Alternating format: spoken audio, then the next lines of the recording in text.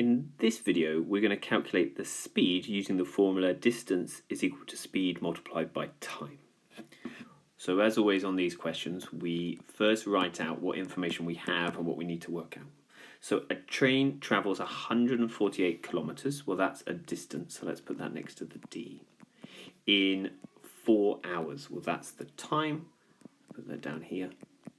And find the average speed. Right, so we've been asked to work out speed.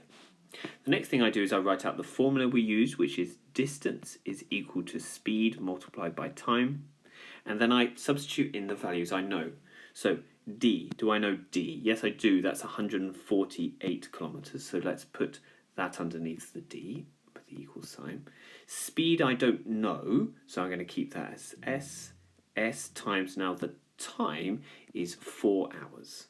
So I put that in as a 4 under the T. Slightly rewrite that phrase there. We've got 148 is equal to S times 4. Well, that's the same as just saying 4S.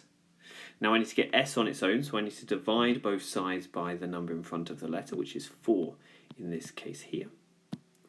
And then 148 divided by 4 is 37.